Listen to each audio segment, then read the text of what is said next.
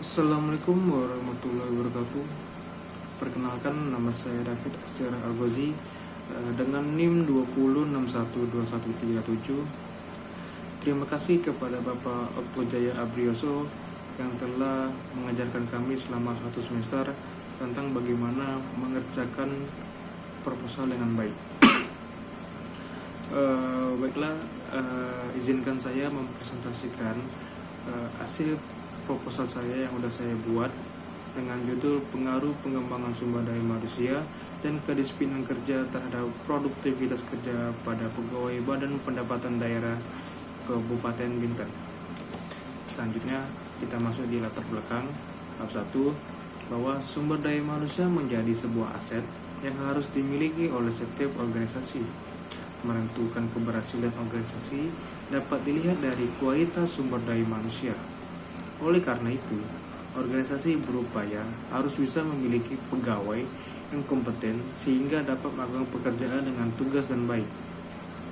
Keberhasilan dalam mencapai tujuan tersebut tergantung dari kualitas dan kemampuan sumber daya manusia dalam melakukan pekerjaan di dalam sebuah organisasi.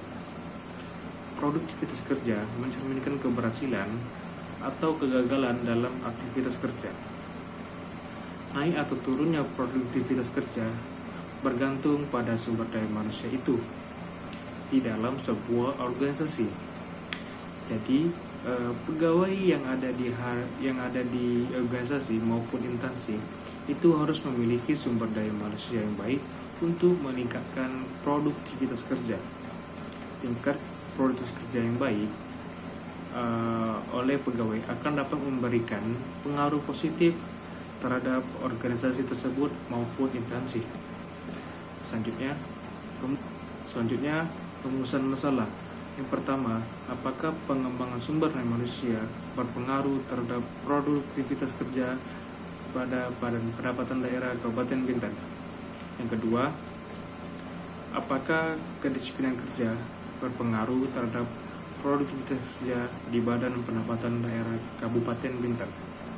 Yang ketiga, apakah pengembangan sumber daya manusia dan kedisiplinan kerja berpengaruh terhadap produktivitas kerja di Badan Pendapatan Daerah Kabupaten Bintan? Selanjutnya, kegunaan ilmiah. Hasil penelitian ini memberikan bukti empiris dan sumber yang nyata yang sesuai dengan peneliti yang dilakukan untuk mendapatkan informasi yang dilakukan. Untuk mendapatkan informasi yang akurat yang akan membuat penelitian ini menjadi referensi bagi peneliti lainnya mengenai pengaruh pengembangan sumber daya manusia dan kedisiplinan kerja terhadap produktivitas kerja pada pegawai Badan Pendapatan Daerah. Yang kedua, hasil penelitian ini dapat dijadikan sebagai salah satu referensi dan wawasan ilmu bagi peneliti yang ingin melakukan penelitian dengan variabel yang sama sehingga berminat mendalami topik variabel yang sama. Kegunaan praktis bagi pemerintah. Nantinya semoga penelitian ini nanti menjadi sebuah masukan dan saran pada aspek meningkatkan produktivitas kerja, terutama dalam meningkatkan pengembangan sumber daya manusia dan kedisiplinan kerja di dalam Badan Pendapatan Daerah.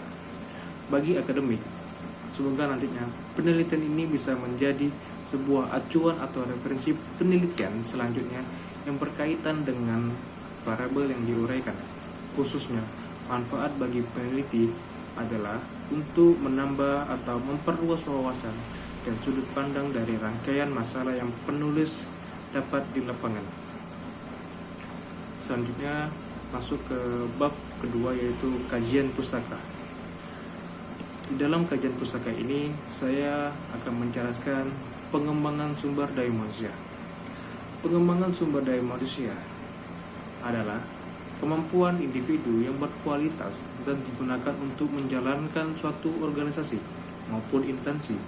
Jadi, pengembangan sumber daya manusia yang direncanakan atau melibatkan peningkatan pengetahuan, keterampilan, sikap, dan karakteristik kepribadian karyawan. Selanjutnya, kedisiplinan kerja. Kedisiplinan kerja memang merupakan kesadaran yang ada di dalam diri dalam menaati peraturan dan tata tertib yang berlaku di dalam sebuah organisasi. kedisiplinan kerja menjadi salah satu faktor penting dalam mencapai tujuan organisasi dan membangun reputasi yang baik di lingkungan kerja. Dengan menerapkan kedisiplinan kerja yang baik, diharapkan dengan meningkatkan kinerja dan produktivitas pegawai, serta menciptakan lingkungan kerja yang harmonis dan produktif. Oleh karena itu, kedisiplinan kerja harus ditegakkan di dalam organisasi dan harus menjadi kesadaran yang ditanam dalam diri setiap pegawai.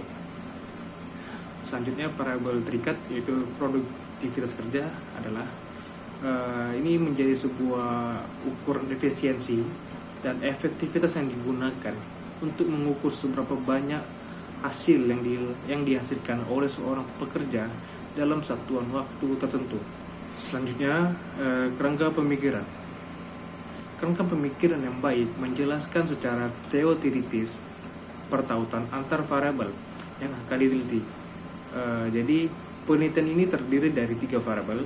Yang pertama variabel X1 yaitu pengembangan sumber daya manusia, dan X2 adalah kedisiplinan kerja, dan variabel terikatnya atau Y adalah produktivitas kerja sebagai variabel dependen atau terikat.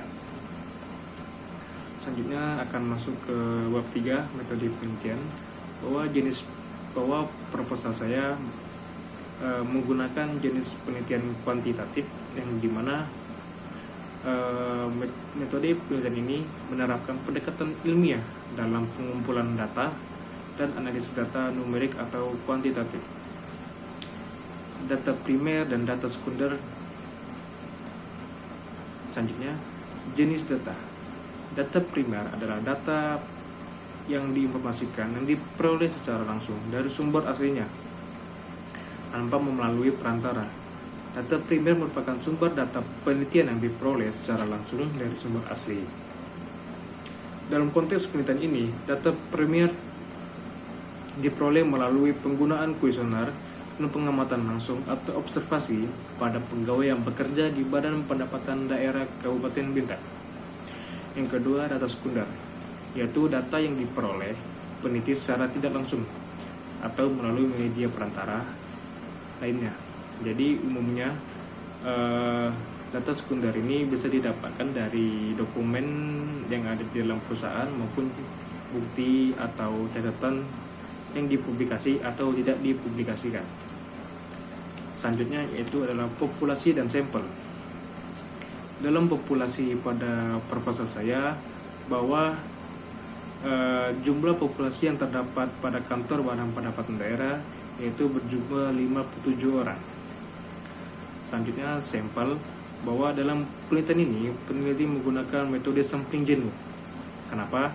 Karena sampling jenuh adalah metode pemilihan sampel di mana semua individu dalam populasi digunakan sebagai sampel. Ini sering digunakan ketika jumlah populasi relatif kecil, yaitu kurang dari 100 orang, atau ketika penelitian tersebut ingin membuat generalisasi dengan tingkat kesalahan yang sangat kecil. Selanjutnya